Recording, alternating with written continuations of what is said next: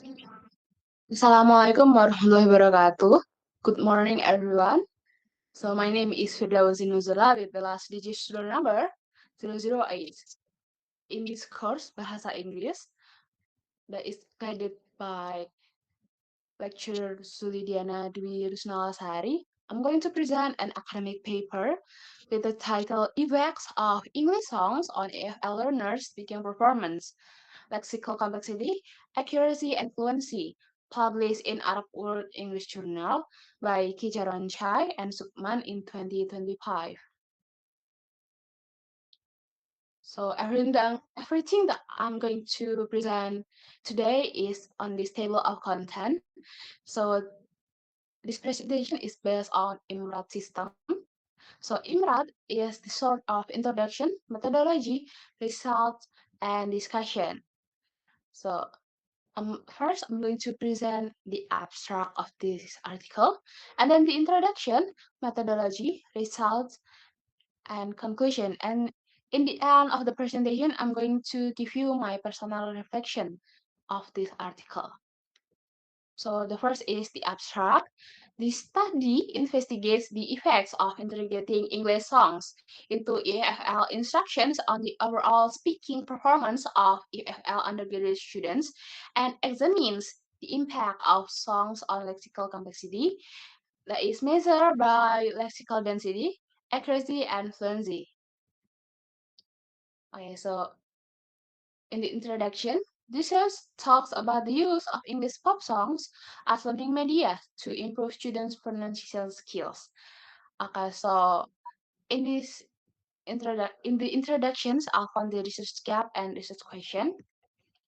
Okay, so the research gap on this study is, although some studies have explored the use of English songs in language learning, systematic research on their specific impact on speaking performance, particularly in terms of lexical complexity, accuracy, and fluency, still remains limited.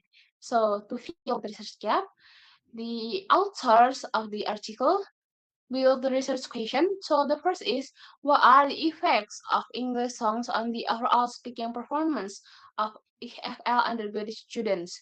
And the second research question is, how do English songs influence EFL undergraduate students' speaking production in terms of lexical complexity, accuracy, and fluency? Also, the methodology that used in this research is quantitative, and I will tell you about the research design and participants that I use in this research. Okay, so for the research designs, the study employ one group pre-test post-test design, and the participants is 28 first-year EFL students at a private university in Thailand that is participated in a 15 weeks intervention. Okay, so we're going fast forward to the results. To address this question one, a pair simple t-test was employed to examine exchanges in speaking scores across the three assessments points. There is pre-speaking test, post-speaking test, and delayed post-speaking test. The results reveal a statistically significant improvement in speaking performance from the pre-speaking test with the average 3.67 and the standard deviation is 0.99 to the post-speaking test with the average 4.81 and the standard deviation is 0.66. This indicates that the intervention using English songs had a considerable immediate positive impact on students' speaking abilities. Okay, so to address research question 2, a series of paired simple sample t-tests was conducted. So on the lexical complexity, you can see on the table, overall these findings suggest that while the use of English songs did not produce an immediate impact on lexical density, a delayed improvement was observed, indicating that gains in lexical complexity may require time to consolidate following the intervention. So for the accuracy, you can see on the table overall these findings indicate that incorporating English songs had a statistically significant and positive effect on students' speaking accuracy, as evidenced by both a reduction in errors and increase in error-free clause production.